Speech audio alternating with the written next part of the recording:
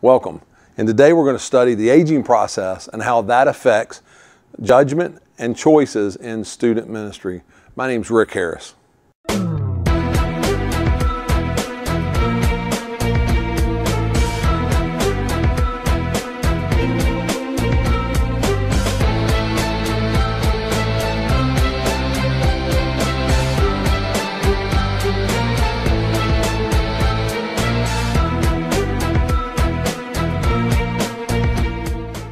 Today I want to begin processing the information from my doctoral thesis on aging in youth ministry.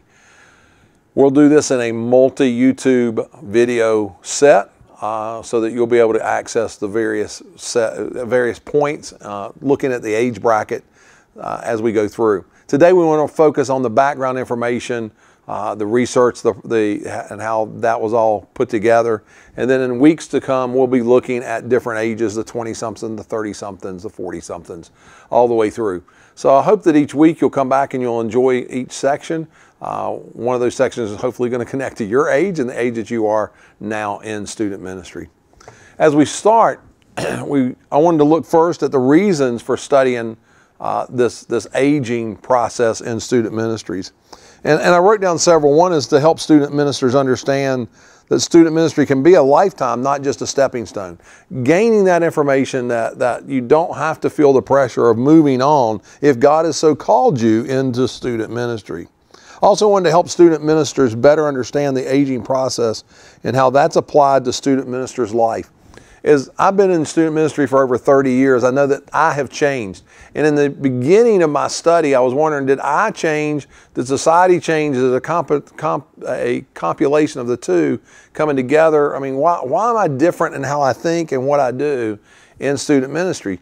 And is there a pattern between me and other people? And I hope that in that you're going to see some of those patterns. And in this study, it's going to help you to be a better student minister. Also had a desire to help search committees to have a better understanding of the aging process so that when they are looking for a student ministry, they move away from that normal, we want somebody between 30 and 40 or 25 and 35, age bracket, and we want somebody who can totally relate to the kids in this way. And so they understand better what does a youth minister look like at certain ages, because I really want search committees to do a better job of hiring student ministries that fit their church and their congregation. And then the last reason to study this is because I became one of the more natural guys to try to do this study because I'm old. I'm in my 60s now and been doing youth ministry for over 30 years. And so it kind of fit that it would be a good study for me to do, to be able to look backwards, also look forward, and then help the body of Christ in the area of youth ministry.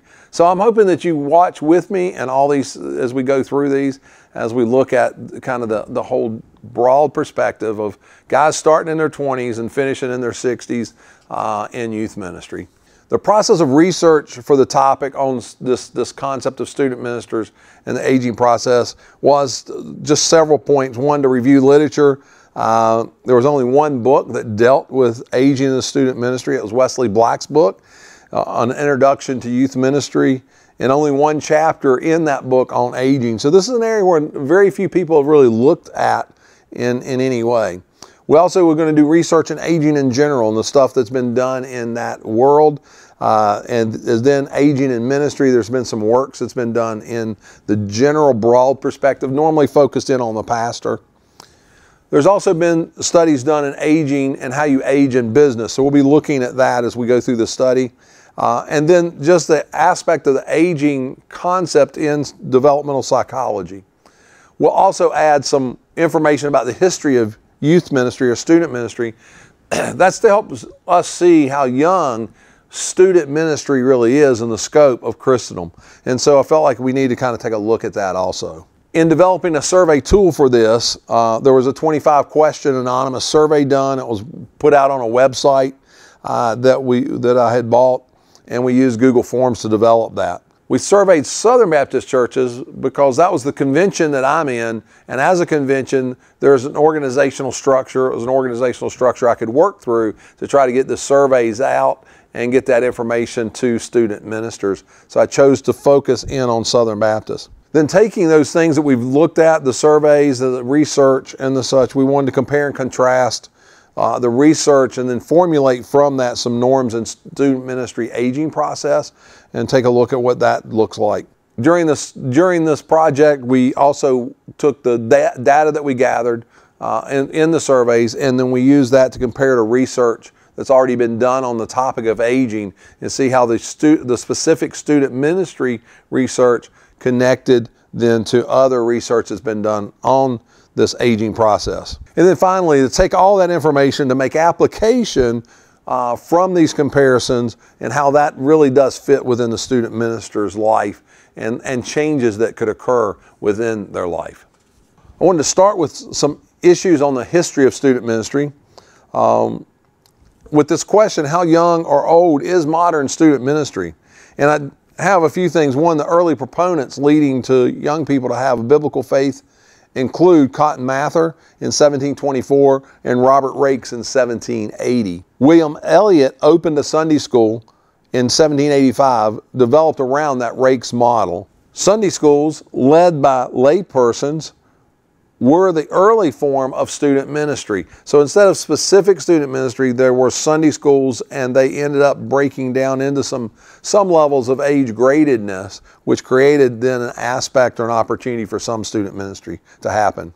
But one of the key factors is adolescence as we know it was not developed at the early stages of Sunday school. We did not have an adolescence. Even though you may have a 13-year-old, they weren't a teenager in the sense that we think of teenagers today. Adolescence in the 19th and 20th centuries, just some review of that and some information. Prior to the 19th century, puberty began as late as 17 in women, and the current norm for puberty in women is about 12 years old, and some would even say a little younger. In 1875, the U.S. Supreme Court began to allow tax revenue to be spent on high school education. So high schools began to develop from the standpoint of having government support. By 1930, just a year after the Great Depression started, high school enrollment in America increased to 6.6 million students. So high school is still, even of itself, for everyone, is fairly new too within the broad United States. Then in 1938, the Fair Labor Act was passed, which prohibited most employment of minors. So until 1938, you pretty much went from childhood to adulthood, and there was no opportunity much to develop in this adolescent that we would have in the modern world. So then ministries began to form to reach young people as this emerging class of people began to develop. And you had several there. In 1929, the Christian Youth Campaign of America was started. In 1934, the Voice of Christian Youth. 1934 also, Youth for Christ International. Then Jack Wyrtzen's radio show, Word of Life Radio, broadcast in 1941, which was reaching college-age students and teenagers. And then the Baptist Youth Movement was formed. Denominations also began to develop ministry to adolescents. The SBC hired a professor of youth education in 1949. This was a school of religious education at Southwest Baptist Theological Seminary. The modern student ministry in the church began to take hold in about the 1950s. So as adolescents kind of began to really be a part of our culture, we see youth ministry responding. By the 1980s, there were around 1,000 ministers of youth serving in Southern Baptist congregations. With adolescents on the rise in the United States during that time, ministries began to develop around that to support this aspect of this new student ministry or youth ministry reaching out to young people. The earliest youth ministry majors appeared in the mid-70s. One of those was Liberty University.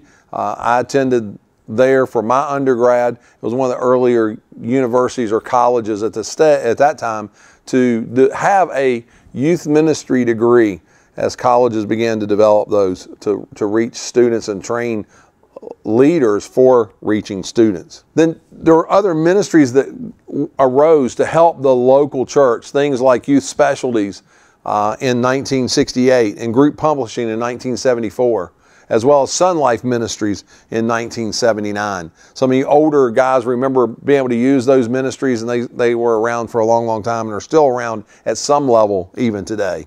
So we see here how ministries, colleges began to support this aspect of adolescent development and ministry happening around adolescence. But even with those advancements in training, there were still some misconceptions in student ministry and for student ministers. So some of those misconceptions are this, that you have to be young to work with students. Also, that you cannot mature into a responsible adult and still work with teens. And if a student minister was a good minister, he would become a senior pastor. Those misconceptions are still there. Those misconceptions still haunt the modern day student minister.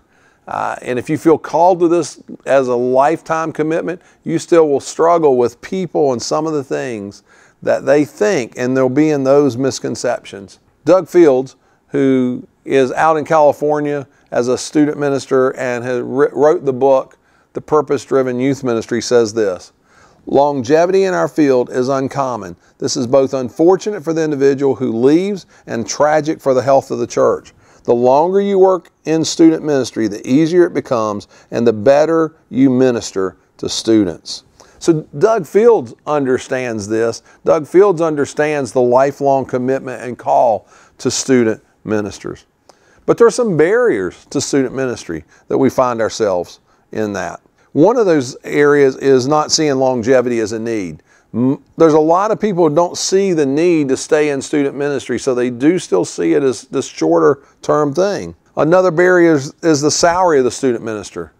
The student minister is going to make less no matter how much experience and how long they've been. Most of the time they're going to make less than certain other positions in the church. And so there's a less value placed based on finances in the aspect of doing student ministry within a church. Now, churches will talk about the importance of student ministry and how they care about student ministers and how important it is in the church, but when it comes down to that paycheck coming in, it many times is less than many other areas of the church ministry. So that has an effect as a student minister in making basically payments, living, having a family. Those kind of things can be affected by that. Then there's a lack of understanding about the changing relationships with the teens.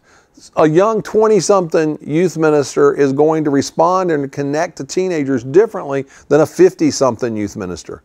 And there's a lot of misunderstanding about that and how that works. One of the things that this study does is help give you a guideline, whether you're a youth minister or a search committee member. It gives you a guideline about, understanding how that really works in different ages.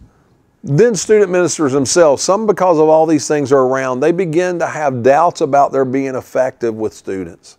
You begin to question because you go into this in this highly relational, you understand everything about their culture thing as being your strength. And so as you age up, you don't understand everything about their culture anymore. It takes it longer for you to work at understanding their culture. You go from being somebody very much like them to being a cross-cultural missionary ministering in a totally different culture than you are.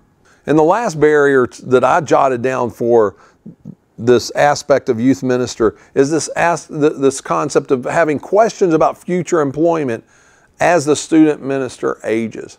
In other words, if I don't stay at my same church that I'm in now and I get older, what happens then to me if I'm looking for another church? I happen to have the privilege of having a church that had great vision and direction and understanding of what they wanted for a student ministry when I came on board. And in that process, I was able to be hired at the church I currently serve at 59 years old. That's the exception, not the norm. But even with those barriers to longevity in student ministry, there's still some positives to longevity in student ministry, and we want to look at some of those points now also. As a student ministry is at a church longer and is in student ministry longer, the relationship becomes stronger with those students, not weaker. And that's a very big positive in the aspect of building ministry and building it within relationships. It's also that teenagers are looking for a leader and not a peer. They got plenty of peers. They're not looking for their youth minister to be their next best buddy. They're looking for leaders. As a student said in my ministry now, he said, the last youth minister was my friend and you're my youth pastor. He saw the difference in a kind of that friendship guy who was very close to his age and me who was older. And in his last year in our student ministry, he saw the benefits of having a youth pastor to be able to work with and have work with him and counsel him.